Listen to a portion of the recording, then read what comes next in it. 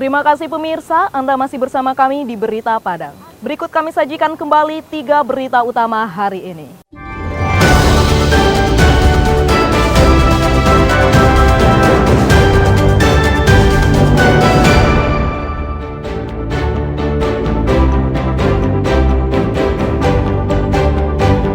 Balita hanyut terseret arus sungai di Bandar Buat, pinggiran Kota Padang, ditemukan meninggal dunia.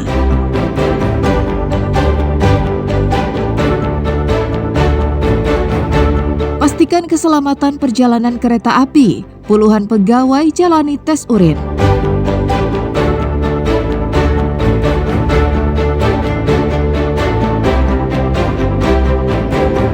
Warga Pasir Baru, Sungai Limau, panen pensi.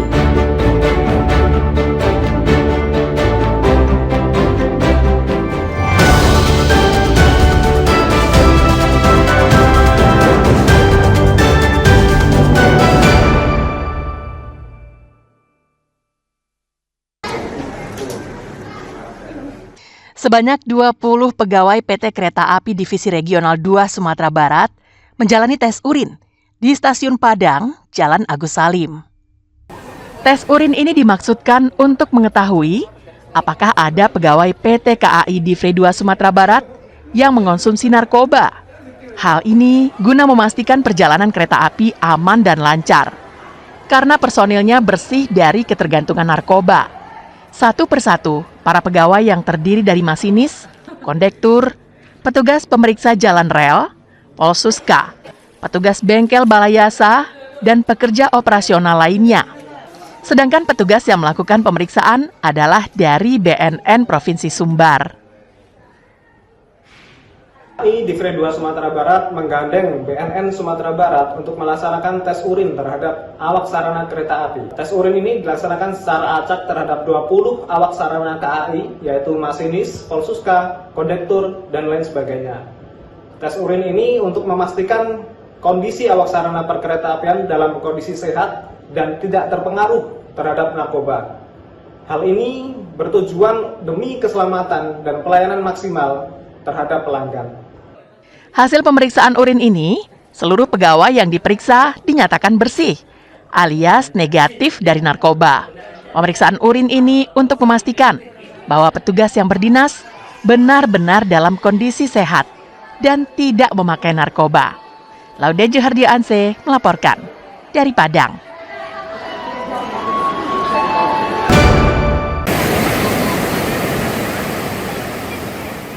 Warga nelayan Pasir Baru, Sungai Limau, Padang Pariaman, terutama kaum ibu dan anak-anak, beramai-ramai pergi ke pantai untuk mencari pensi, atau lebih dikenal warga dengan nama Imis, Corbicula molkiana prime, atau bagi warga setempat disebut pensi, merupakan kerang yang bernilai ekonomis dan kerap dikonsumsi karena mengandung protein yang tinggi. Kemunculan pensi yang dalam bahasanya disebut kerang kecil, sepekan terakhir, yang sangat banyak di bibir pantai ini, menjadi berkah tersendiri bagi mereka. Dengan mudahnya, setiap orang bisa mendapatkan pensi sebanyak-banyaknya. Bahkan banyak warga yang sampai mengumpulkan pensi hingga 10 kg. Modalnya hanya dengan membawa saringan plastik. Setiap orang bebas mengumpulkan pensi, baik untuk dikonsumsi sendiri atau dibagikan ke saudara. Peristiwa ini adalah fenomena alam dengan jumlah yang banyak. Warga tidak menyangka bisa menemukan pensi dengan jumlah yang sangat banyak. Hal itu di luar perkiraan mereka. Namun keterangan nelayan setempat, peristiwa ini merupakan hal yang biasa dan selalu berulang setiap 15 tahun. Di dalam itu diambil pakai penyaring itu biar pasirnya keluar. Biasanya dapat berapa tuh nih? Sampai 10 kilo. Biasanya dijual atau gimana nih, konsumsi aja? Gak ada yang beli, Pak. Kalau ada yang beli syukurlah kan. Bisa buat mata pencarian buat ibu-ibu rumah tangga. Untuk makan di rumah ya, Bu. Ini sudah pernah terjadi sebelumnya? Dulu udah pernah. Tapi enggak seramai ini? Enggak seramai ini lah. Ini yang baru ramai lah, yang seminggu ini. Ini memang bukan barang apa. Satu 15 tahun sekali musim. Tapi sekarang kecil-kecil. Dulu besar-besar nih. Pensi yang terkumpul kemudian dibawa pulang untuk dikonsumsi dengan keluarga atau dibagikan kepada kerabat. Eki Rafki melaporkan dari Padang Pariaman.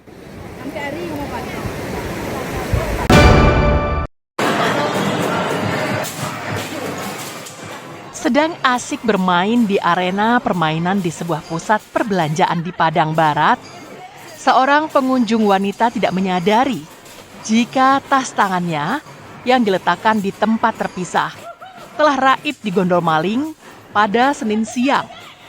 Berdasarkan rekaman kamera keluarga korban, polisi mencurigai seorang pria yang terlihat di kejauhan sedang mengamati korban.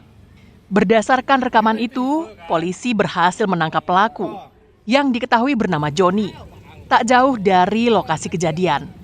Usai ditangkap, polisi mencari barang bukti curian yang diakui dibuang pelaku ke pinggir jalan dan di sebuah sudut pusat perbelanjaan itu sendiri.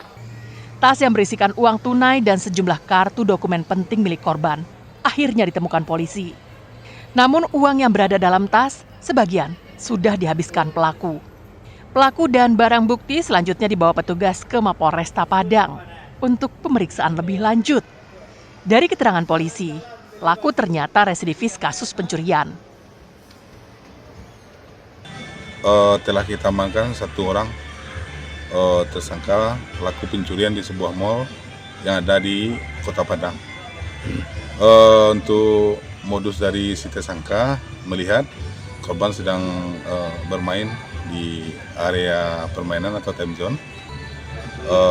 Untuk tas ditaruh di sebelah, si korban tidak mengamati lagi, langsung diambil oleh si tersangka.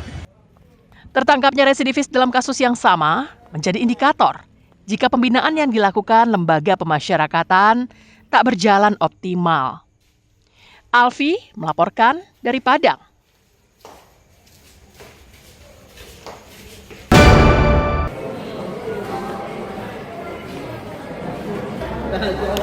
Ratusan calon pegawai pemerintah dengan perjanjian kerja kategori R2 atau tahap 2 mendatangi gedung DPRD Pariaman Selasa pagi.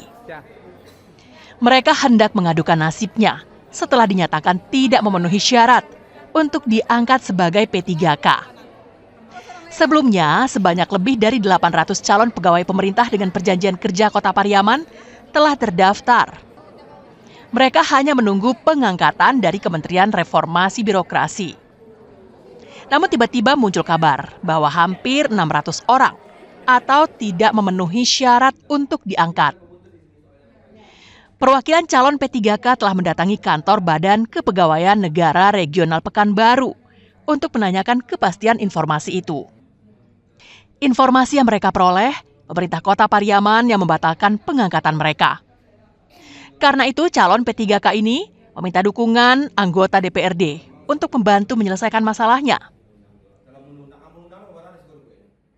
Cuman kemarin udah pergi ke BKN Pekanbaru, kalau itu tuh sebenarnya kan hasilnya dari daerah. Berarti TMS ini keputusan daerah apa keputusan pusat? Iya, itu tuh udah keputusan. Kami tidak tahu ya, ini sebenarnya jadi kong kali kong lah gitu. Kalau dari kota kan bilangnya itu tuh udah dari pusat, keputusan pusat, tidak bisa diganggu-gugat katanya. Nah kemarin kami tanyakan ke BKN Pekanbaru, itu katanya kembali ke daerah. Dalam pertemuan dengan anggota DPRD Pariaman, mereka menyatakan akan mencari informasi terlebih dulu penyebab ratusan calon P3K ini dinyatakan tidak memenuhi syarat. Nah itu masih kemungkinan ya, karena kita masih dalam rangka koordinasi, jadi nggak bisa juga dipastikan. Segala kemungkinan masih terbuka lebar untuk solusi dari permasalahan ini. Namun jawaban dari DPRD ini sungguh di luar dugaan. Pasalnya, agak riskan jika pemerintah Kota Pariaman mengambil kebijakan tanpa melibatkan DPRD sebagai lembaga legislatif. Rencananya perwakilan calon P3K tahap 2 ini akan mendatangi kantor Badan Kepegawaian Nasional di Jakarta untuk memastikan nasib mereka. Eki Rafki melaporkan dari Pariaman. Baik Dunsana, dimanapun Barado, sampai di siko dulu pertemuan awak untuk Hariko. Saya Putri Febrina Marlini bersama dengan tim redaksi yang bertugas mohon pamit undur diri. Basuh balik awak bisu hari. Tetap semangat dan sampai jumpa.